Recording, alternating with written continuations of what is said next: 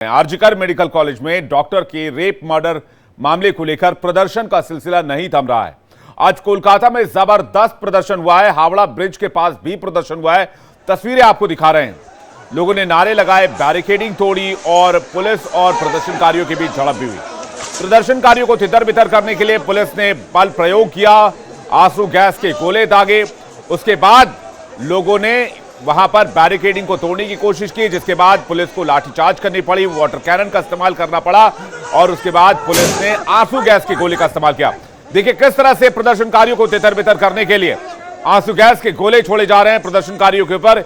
यह तस्वीर आपके सामने इस वक्त मौजूद है कोलकाता की, जहां पर प्रदर्शनकारी डॉक्टर मामले में इंसाफ की मांग कर रहे हैं। जबकि 8 और 9 अगस्त की यह दरमियानी रात की घटना है और उसके लगभग 20 दिन बीत जाने के बाद भी अभी तक इस मामले में इंसाफ नहीं हो पाया है। तमाम कड़ियां जुड़ नहीं पाई हैं।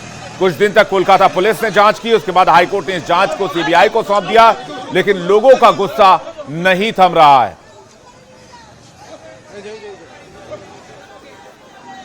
जहाँ पे इन लोगों ने स्टोन पेल्टिंग किया, जहाँ पे इन लोगों ने पुलिस का बैरिकेड तोड़ा, तो वहाँ कुछ लोगों को डिटेन किया गया है। बाकी जो क्राउड रोड ब्लॉक किए हुए थे या पत्थर चला गए थे, उन लोगों को चेज किया गया। हम लोग तो पूरा पुलिस रिस्ट्रेंड हुए में जो क्राउड आया है उसको टैकल कर रहा है।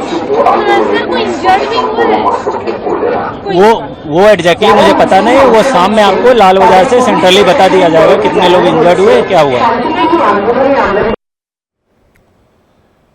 दरअसल कोलकाता में सड़क पर छात्र और ममता सरकार की पुलिस आमने सामने है।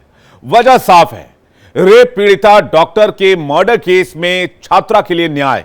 27 अगस्त को छात्र कोलकाता में नबन्ना में मार्च कर रहे थे, जिसकी 4 तस्वीरें हम आपको दिखाते हैं। पुलिस ने लाठीचार्ज कर दिया, आंसू गैस के गोले छोड़े, वाटर कैनन का इस्तेमाल किया और पुलिस के साथ झड़प की तस्वीर सामने आई। कोलकाता में लोगों का गुस्सा शांत नहीं हो रहा है। पूरे देश में लोग आक्रोशित हैं। जिस तरह से इस मामले को इनिशियली में हैंडल किया गया, इनिशियली जिस तरह से ट्रीट किया गया, जिस तरह से पुलिस ने एविडेंसेस के साथ जिस तरह का बर्ताव किया, उसको लेकर कई सवाल उठाए जा रहे हैं। और अभी तक इस मामले में पूरा खुलासा ना हो पाने की वजह से लोगों का सब्र भी जवाब दे रहा है। 4 तस्वीरें आपके सामने हैं। नबन्ना में मार्च देख सकते हैं आप। हावड़ा ब्रिज के पास भी आज मार्च देखी गई। इस दरमियान पुलिस ने आंसू गैस के गोले का इस्तेमाल किया, पानी की बौछार का इस्तेमाल किया। लोग हाथ में तिरंगा लेकर लगातार इंसाफ की मांग कर रहे थे। नबन्ना मार्च आप देख सकते हैं, बैरिकेडिंग तोड़ दी गई और पुलिस के खिलाफ, ममता सरकार के खिलाफ, राज्य सरकार के खिलाफ खूब नारेबाजी हुई। लोगों ने जमकर नारेबाजी की और साथ ही साथ इंसाफ की मांग की। इस मामले में कोलकाता पुलिस ने अब तक 4 स्टूडेंट्स को अरेस्ट किया है। कुछ जगहों पर प्रोटेस्टर्स ने बैरिकेडिंग तोड़ दिए हैं। कुछ पॉइंट्स पर प्रोटेस्टर्स बैरिकेडिंग लागने की कोशिश भी कर रहे हैं। भीड़ को रोकने के लिए पुलिस बैरिकेड्स के अलावा आंसू गैस के गोले और वाटर कैनन का इस्तेमाल कर रही है। पुलिस ने प्रदर्शनकारियों पर लाठीचार्ज भी किया है, बल प्रयोग भी किया है और इस दरमियान पुलिस पर पत्थरबाजी की खबर भी मिली है। इस मार्च को देखते हुए बंगाल सरकार ने कोलकाता की सड़क पर 6000 से अधिक पुलिस बल की तैनाती की है। स्टूडेंट्स हावड़ा स्थित पश्चिम बंगाल सरकार के सचिवालय की ओर बढ़ रहे हैं। छात्रों की मांग यह है कि मुख्यमंत्री ममता बनर्जी को इस्तीफा देना चाहिए, क्योंकि ये लॉ एंड ऑर्डर से जुड़ा हुआ मामला है और इस मामले में लॉ एंड ऑर्डर पूरी तरह से फेल रहा है। नबन्ना इलाके को पुलिस प्रशासन ने किले में तब्दील कर दिया है। कोलकाता पुलिस और हावड़ा पुलिस की संयुक्त टीमें ने मिलकर 3 लेयर की सिक्योरिटी का इंतजाम किया है, जिससे छात्र आगे ना बढ़ पाए। नबन्ना अभियान नाम के इस मार्च का स्टूडेंट ऑर्गेनाइजेशन पश्चिम बंग छात्र समाज ने आह्वान किया था। पश्चिम बंग छात्र समाज और बाकी स्टूडेंट्स पहले कॉलेज स्क्वायर, संतरागाछी और हावड़ा ग्राउंड में इकट्ठा हुए, फिर उन्होंने मार्च शुरू किया। पुलिस ने हिंसा का हवाला देते हुए इस रैली को गैर कानूनी बता दिया, जिसके बाद छात्रों का गुस्सा भड़क गया। स्टूडेंट्स ने सीएम ममता बनर्जी के इस्तीफे की मांग की और इसी को ध्यान में रखते हुए सीएम आवास की सुरक्षा बढ़ाई गई है। प्रशासन ने हावड़ा को कोलकाता से जोड़ने वाले हावड़ा ब्रिज को भी बंद कर दिया है। निगरानी के लिए ड्रोन और भीड़ को कंट्रोल करने के लिए और एक्स्ट्रा वाटर कैनन मंगाए गए हैं। यानी कोशिश पूरी ये की जा रही है कि किसी भी तरह से इस प्रोटेस्ट को रोका जाए, इसको कंट्रोल किया जाए, जैसे दबाया जाए, जैसे कुचल दिया जाए। बताया जा रहा है कि सचिवालय के पास कम से कम 20 जगहों पर बैरिकेडिंग की गई है। पुलिस ने बैरिकेडिंग पर तेल और ग्रीस भी लगाया जिससे स्टूडेंट चढ़कर उसे पार ना कर सके। नबन्ना पश्चिम बंगाल सरकार का सचिवालय है जहां मुख्यमंत्री, मंत्री और अफसर सभी बैठते हैं। प्रदर्शनकारियों की रैली दोपहर 12:45 पर शुरू हुई। प्रदर्शनकारियों को नबन्ना जाने से रोकने के लिए 7 रूट पर 3 लेयर में 6000 फोर्स तैनात की गई है। 19 पॉइंट पर बैरिकेडिंग और 21 पॉइंट पर डीसीपी तैनात किए गए। हावड़ा ब्रिज को सील कर दिया गया है। निगरानी के लिए ड्रोन की मदद ली जा रही है। राज्य सचिवालय नबन्ना के पास बीएनएस की धारा 163 जो कि सीआरपीसी की धारा 144 हुआ करती थी, यानी कि कर्फ्यू लगा दिया गया इस एरिया में। यहां एक साथ 5 लोग से ज्यादा नहीं जुट पाएंगे। इसके अलावा क्रेन के जरिए भारी कंटेनर सड़क पर रख दी गई है ताकि प्रदर्शनकारी आगे ना बढ़ पाए। एमजी रोड में देख रही स्टोन पेंटिंग हो रहा है, उसका कुछ हमें ना हो। जो भी होगा हम देख लेंगे, कोई दिक्कत नहीं है। मैम कितने अरेस्ट हुए हैं या कोई वो इंजर्ड? काउंट करना बाकी है, वो बाद में करेंगे। अगर पहले हम लोग यहाँ का देख लें फिर बाद में दे देंगे आपको। और इस मामले को लेकर राजनीति भी देखी जा रही है। नबन्ना प्रोटेस्ट को लेकर हाईकोर्ट पहुंचे शुभेंदु अधिकारी। प्रोटेस्ट रोकने के खिलाफ हाईकोर्ट पहुंचे शुभेंदु अधिकारी। प्रदर्शनकारियों को रोकने के लिए इमरजेंसी लागू कर दी, यह कहना है इस याचिका में, और इससे हाईकोर्ट से संज्ञान लेने की मांग की गई है। बीजेपी नेता शुभेंदु अधिकारी हाईकोर्ट पहुंच गए हैं। नबन्ना प्रोटेस्ट को जिस तरह से रोका गया, जिस तरह से इसे गैर कानूनी बताया गया, जिस तरह से धारा 144 लगाई गई जो कि अब बीएनएस की धारा 163 हो गई है, उसे लेकर शुभेंदु अधिकारी ने हाईकोर्ट का रुख किया है। और हाईकोर्ट पहुंचकर शुभेंदु अधिकारी ने मांग की है कि इस प्रोटेस्ट को जारी रहने दिया जाए। आंदोलन को गैर कानूनी बताना गलत है, इस पर हाईकोर्ट संज्ञान ले। इसी बीच बीजेपी ने कल कोलकाता बंद बुला लिया है। सुबह 6 बजे से शाम 6 बजे तक कोलकाता बंद बुलाया गया है। छात्रों के खिलाफ कार्रवाई पर बीजेपी ने कोलकाता बंद का आह्वान किया है। बड़ी खबर आपको बता दें, आज के नबन्ना मार्च को जिस तरह से रोकने की कोशिश हुई, बीजेपी अब इस मामले को और आगे बढ़ाना चाहती है। बीजेपी स्टूडेंट्स के साथ खड़ी हो गई है और नबन्ना मार्च के सपोर्ट में कल सुबह 6 बजे से शाम 6 बजे तक बंद बुलाया गया है। आपको बता दें कि छात्रों पर जो कार्रवाई हुई है बीजेपी उसके खिलाफ है, छात्रों को सपोर्ट कर रही है। नबन्ना मार्च को लेकर बीजेपी ने नई रणनीति बनाई है। बीजेपी ने कल कोलकाता बंद बुलाया है और कल बीजेपी ने सुबह 6 बजे से शाम 6 बजे तक कोलकाता बंद का आह्वान किया है। कोलकाता के आरजीकर अस्पताल रेप मर्डर मामले में बीजेपी प्रवक्ता गौरव भाटिया ने कहा कि अगर देश में कोई तानाशाह है तो वो ममता बनर्जी हैं। वाटर कैनन, डंडे चलाना, बल्कि बड़े बड़े कंटेनर लाए गए हैं। कंटेनर और डंडे, वाटर कैनन जैसे ये आरोपी हैं, इन्होंने दुष्कर्म किया है। ये है तानाशाह ममता बनर्जी की आंखें, जिन आंखों में एक जघन्य अपराधी के लिए प्यार है, लेकिन जो छात्र हैं, जो डॉक्टर हैं, उनके लिए सख्त कार्रवाई करने के लिए पुलिस को खड़ा करा देती हैं। हमारे साथ इस वक्त नीरज सिंह राजनीतिक विश्लेषक जुड़ रहे हैं। इसी खबर पर सीधे उनके पास चलते हैं। नीरज जी, स्वागत है आपका इंडिया डेली पर। बीजेपी कह रही है कि अगर कोई असली तानाशाह है तो वो ममता बनर्जी हैं। देखिए, ये जो आज जन आक्रोश है, पश्चिम बंगाल जो छात्र समाज जो है, ये पश्चिम बंगाल के कोने कोने से चलकर आए हैं और सरकार के प्रति जो अपना विरोध प्रदर्शन करना चाह रहे हैं, तो इस प्रकार से प्रदर्शन को कुचलना, ये तो एक तानाशाह का रूप है ही।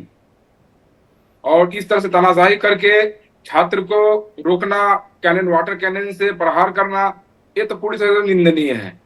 और यदि इस तरह से जो छात्र के साथ ऐसा व्यवहार करती है तो कैसा क्या कहा जाएगा उन्हें।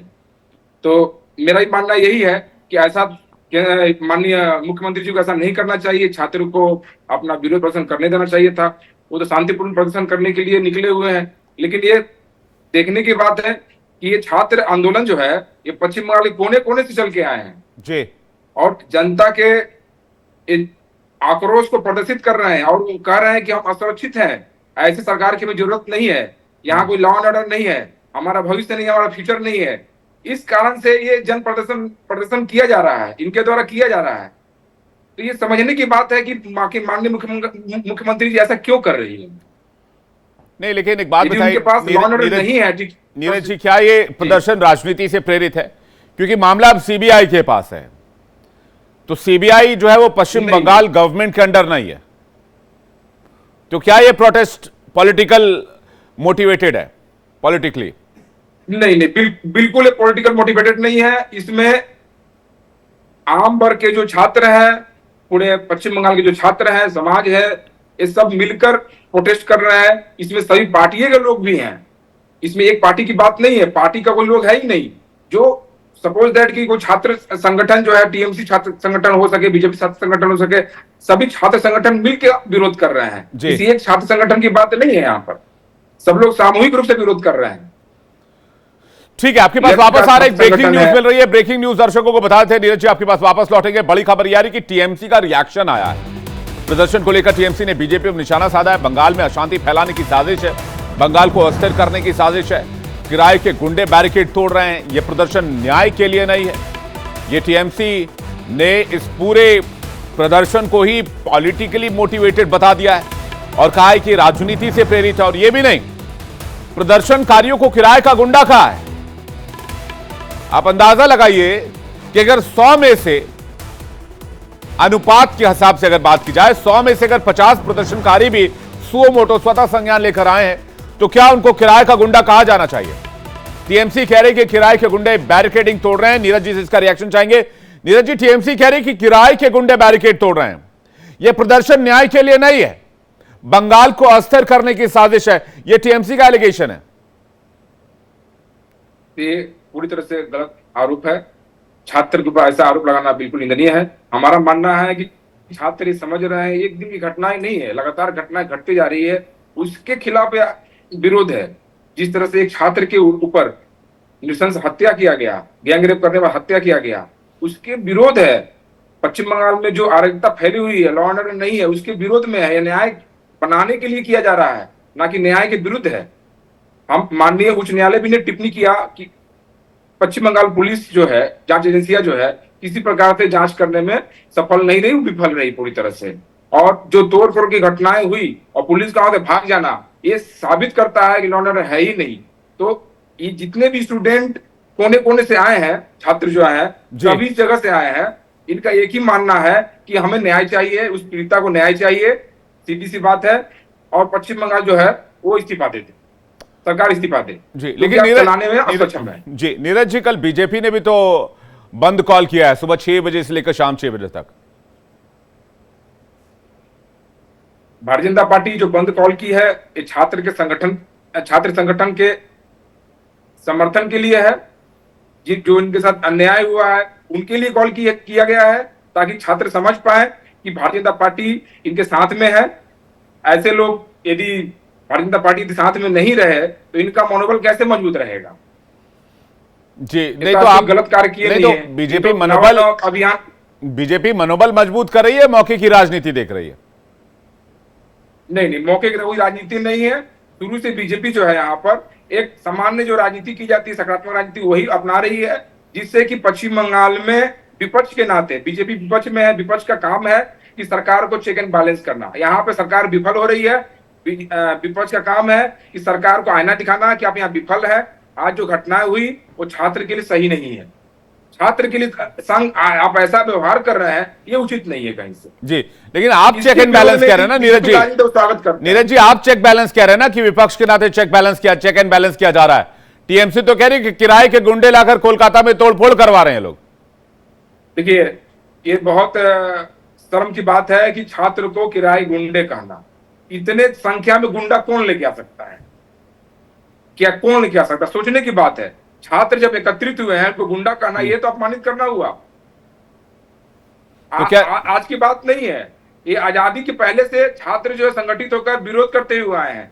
तो छात्र संगठन के विरोध को यदि आप गुंडों का इकट्ठा होना और इस तरह की बात करना, ये तो निंदनीय है।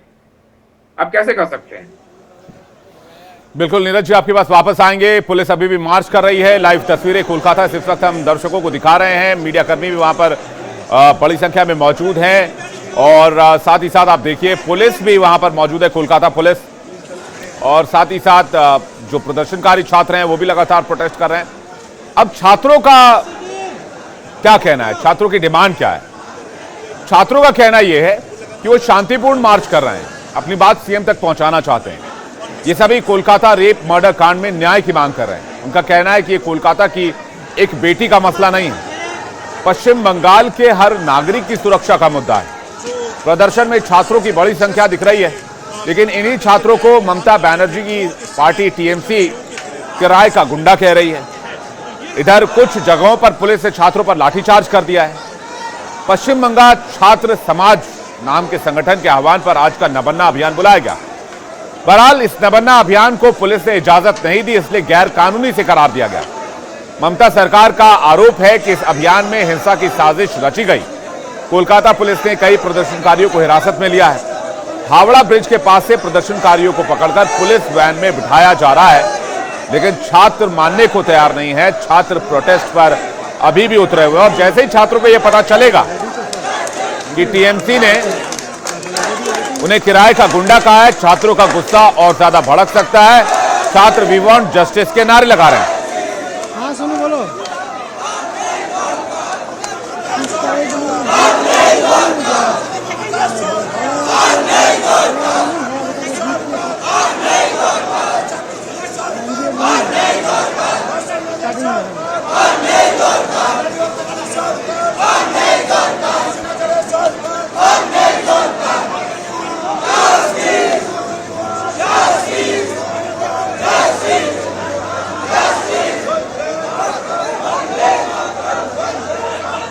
छात्र सुरक्षा की मांग कर रहे हैं, लेकिन इस बीच बड़ी खबर आ रही है। एक और बड़ी खबर आपको बता दें, जेपी नड्डा ने ममता सरकार पर निशाना साधा है।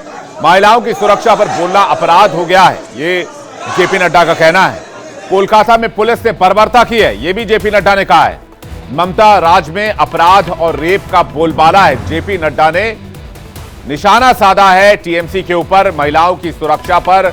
पश्चिम बंगाल में आप नहीं बोल सकते हैं, अगर बोलते हैं तो आपकी आवाज दबा दी जाती है। ये भी कह रहे हैं कि कोलकाता में पुलिस बर्बरता पूर्वक रवैया अपना रही है छात्रों के खिलाफ। जेपी नड्डा ये भी कह रहे हैं कि ममता राज में अपराध और रेप का बोलबाला हो गया है। तो लगातार इस मामले पर रिएक्शन सामने आ रहे हैं। सीधे चलते हैं नीरज के पास। नीरज सिंह हमारे साथ लगातार बने हुए हैं, जो कि पॉलिटिकल एनालिस्ट हैं।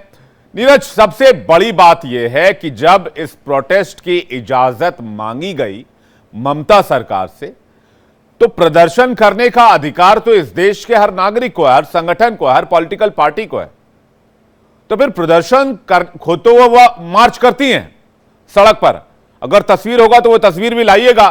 मैं पीसीआर से रिक्वेस्ट कर रहा हूं कि वो खुद हजारों की संख्या में लोगों को लेकर सड़क पर मार्च करने के लिए निकल जाती हैं।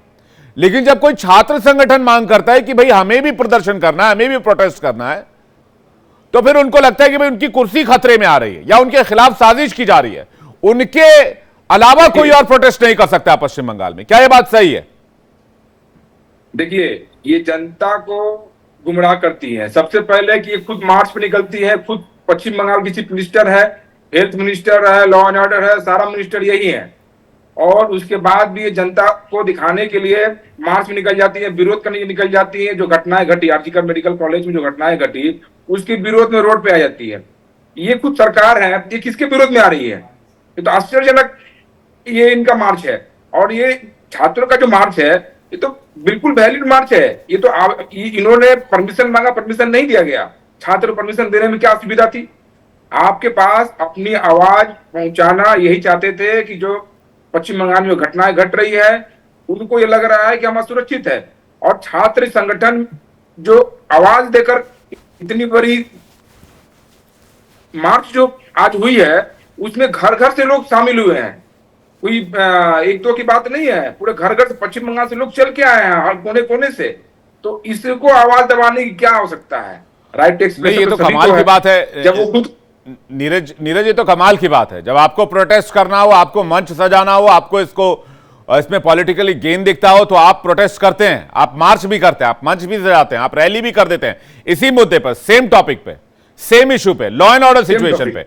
लेकिन जब छात्र संगठन मांग करते हैं, चलिए पॉलिटिकली वह प्रोटेस्ट भी आप मान लीजिए, एक पॉलिटिकल पार्टी अगर प्रोटेस्ट की परमिशन मांगती है तो आप नहीं देते हैं। ये किस तरह की लेवल, आप विपक्ष लेवल प्लेइंग फील्ड की बात करता है यहां, लेकिन सब खामोश है। ये पूरी तरह से डिस्क्रिमिनेशन है। ऐसा डिस्क्रिमिनेशन वही होता है जहां पे लॉ एंड ऑर्डर नहीं होता है, जी, जहां पे जनता के खिलाफ आप इस तरह से कुशासन का परिचय दे रही है, ये पूरी तरह से गलत है। हम इसको निंदा करते हैं। आप खुद के मार्च के लिए खुद से परमिशन लेकर निकल जाती हैं, किसके विरोध में निकलती है समझ में नहीं आता है। जब छात्र आपके विरोध में निकलता है तो परमिशन नहीं देती है, ये कुशासन का परिचय है। ठीक है नीरज, आपके पास वापस लौट रहे, एक और बड़ी खबर आ रही है, वो भी दर्शकों तक पहुंचा दे। बड़ी खबर इसी मामले से जुड़ी हुई है। बड़ी खबर यह है कि छात्रों का प्रदर्शन लगातार जारी है, तो ममता सरकार इस पर राजनीति के आरोप लगा रही है। बीजेपी की तरफ से भी रिएक्शन आया है, लेकिन कोलकाता रेप मामले में ईडी ने भी एक्शन शुरू कर दिया है। प्रवर्तन निदेशालय का एक्शन शुरू हो गया है। आरजीकर मेडिकल कॉलेज के खिलाफ केस दर्ज किया गया है। इस कॉलेज के अंदर वित्तीय अनियमितता के मामले को लेकर ईडी एक्टिव हो गई है। ईडी ने मनी लॉन्ड्रिंग का केस दर्ज किया है। बता दें आपको कि बायो मटेरियल वेस्ट को बांग्लादेश तस्करी करने के आरोप भी लगे हैं डॉक्टर्स के ऊपर, कुछ मेडिकल स्टाफ के ऊपर। इसमें संदीप घोष और संजय रॉय के नाम भी सामने आए थे। अब इस मामले में ईडी जो है वो एक्शन में है।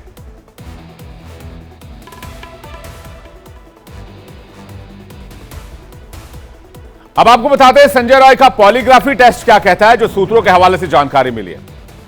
कोलकाता के आरजीकर अस्पताल में लेडी डॉक्टर से दरिंदगी करने के बाद कत्ल करने वाले दरिंदे संजय रॉय ने अपना गुनाह कबूल कर लिया है। सीबीआई के सूत्र बताते हैं कि कातिल संजय रॉय ने सीबीआई की पूछताछ में कबूल किया कि उसने ही ट्रेनी लेडी डॉक्टर की हत्या की है। उसने कहा कि महिला डॉक्टर की रेप के बाद हत्या इसलिए कर दी क्योंकि वो लगातार चिल्ला रही थी। दरअसल 8 और 9 अगस्त की दरमियानी रात आरजीकर मेडिकल कॉलेज के सेमिनार हॉल में ट्रेनी लेडी डॉक्टर का शव मिला था। पोस्टमार्टम रिपोर्ट में उसके साथ रेप की पुष्टि की गई। सूत्रों के मुताबिक आरोपी संजय रॉय ने बताया कि पीड़िता लगातार चिल्ला रही थी, इसलिए मैंने उसका जोर से गला दबाया और तब तक दबाए रखा जब तक वो खामोश नहीं हो गई। उसने दम नहीं तोड़ दिया। वहीं आरजीकर अस्पताल केस में फिलहाल सीबीआई ने सभी 7 लोगों के पॉलीग्राफी टेस्ट पूरे कर लिए हैं। अस्पताल के पूर्व प्रिंसिपल संदीप घोष के खिलाफ सीबीआई एक और जहां संजय रॉय से कनेक्शन की जांच कर रही है, वहीं दूसरी ओर करप्शन केस में भी इस मामले की जांच की जा रही है। लेकिन संजय रॉय का कबूलनामा कि वो इकलौता इस मामले में आरोपी है, क्या ये सही है? क्या ये संदेह के घेरे में नहीं है? नीरज हमारे साथ लगातार बने हुए हैं। नीरज, इस मामले में क्या कई लोग कनेक्ट हो सकते हैं, जिसके पीछे अस्पताल का एक पूरा एक्स प्रिंसिपल से लेके उनके साथ जुड़ने वाले कई मेडिकल स्टाफ हों या उनके शागिर्द हों या उनके साथ रहने वाले लोग हों? सबसे पहले आपको बता दें, इस तरह का जो घटना है वो अकेले हो ही नहीं सकता है। ये पूरी तरह से गैंगरेप है। एक व्यक्ति के क्षमता में नहीं है कि इस तरह की घटना करके निकल जाए। इसमें बहुत लोग शामिल हैं। पहले तो एफआईआर जो है गलत दिशा में दर्ज की गई है कि ये नेचुरल डेथ है, आत्महत्या दिखाया गया है। और फिर पोस्टमार्टम, जब तक इसमें यही बात है, सुप्रीम कोर्ट माननीय उच्च सर्वोच्च न्यायालय जो है, जब वो पूछताछ हो रही थी उसमें आर्गुमेंट में, तब बात निकल के आया कि ये पोस्टमार्टम होने के बाद जो है एफआईआर दर्ज हुई है। जरा आप सोचिए, जब एफआईआर दर्ज होने में इतनी देरी हो रही है और फर्स्ट एंगल में दिखाया गया कि ये आत्महत्या है, फिर इसको चेंज किया गया, फिर रेप की तरफ ले गया, आज बोल रहे हैं कि एक व्यक्ति किया गया। पश्चिम बंगाल की जनता ये मान ही नहीं रही है, ये पॉसिबल ही नहीं है। पश्चिम बंगाल की जनता, घर घर के लोग जो है मान ही नहीं रहे कि एक व्यक्ति से पॉसिबल है, ये कहीं से भी पॉसिबल नहीं है। इसमें पूरा का पूरा सिस्टम मिला हुआ है, पूरी तरह से जांच चल रही है। मुझे विश्वास है दूध का दूध पानी का पानी होगा। ये एक से संभव नहीं है, एक से अधिक लोग इसमें सम्मिलित है, सबको पकड़ के आना चाहिए। नहीं तो क्या इसमें, क्या आपको लगता है इसमें टीएमसी के लोग भी शामिल हैं? देखिए, मैं तो ये नहीं कह सकता कि टीएमसी के लोग शामिल है, कौन शामिल है, बट ये कह सकता हूं कि जिस तरह से सरकार जांच को प्रभावित की है, जिस प्रकार से जिस दिन तोड़फोड़ हुआ, तोड़फोड़ के दौरान पुलिस भाग खड़ी हुई, ये साबित करता है कि पुलिस यहाँ विफल रही है, सरकार यहाँ विफल रही है। सरकार यहाँ पे तो आप तो अपराधियों को कह रहे हैं कि आप पकड़ने नहीं में कह विफल सकते, लेकिन टीएमसी ने कहा कि उस रात जो अस्पताल में तोड़फोड़ हुआ बीजेपी के गुंडे आकर तोड़फोड़ करके गए। देखिए, वो तो राजनीतिक पार्टी माननीय ममता बनर्जी जी जो कहती है, उनके कहने का कोई तथ्य तो है नहीं, वो कुछ भी कह के निकल जाती है, उनको अपना बचाव करना है। यहाँ पे तो हाईकोर्ट ने कहा कि आपकी पुलिस, आपकी सरकार विफल है। यहाँ पर बहुत शर्म की बात है कि आपकी जांच एजेंसी जो है अपराध को, घटना को समझने से ज्यादा बिगाड़ने में इसमें काम की है। आप जरा सोचिए कि जो घटना स्थल पे जहाँ रेप हुआ है उसको तोड़फोड़ करने का पहले से ही प्रायोजित ढंग से सब कुछ तैयार किया गया था। जब वो भीड़ पहुंची, वहां पे तोड़फोड़ हुई, पुलिस वहां भाग करी हुई। ये तो भगवान का शुक्र है उस जगह पे पहुंच नहीं पाए जहां पे रेप हुआ, जहां पर जो रूम है उस जगह पे वो पहुंच नहीं पाए। यदि वहां पहुंच गए होते तो जो भी साक्ष्य है बचा कुचा वो भी नष्ट हो जाता। नीरज, धन्यवाद इस मामले पर हमारे साथ जुड़ने के लिए और जानकारी साझा करने के लिए। लेकिन एक बात तय है कि इस मामले पर ना छात्रों का आक्रोश थमता दिख रहा है और ना ही इस मामले पर सियासत। वक्त एक ब्रेक का। इस बड़ी खबर पर हम बने हुए हैं, फौरन लौट रहे हैं। देखते रहे इंडिया डेली।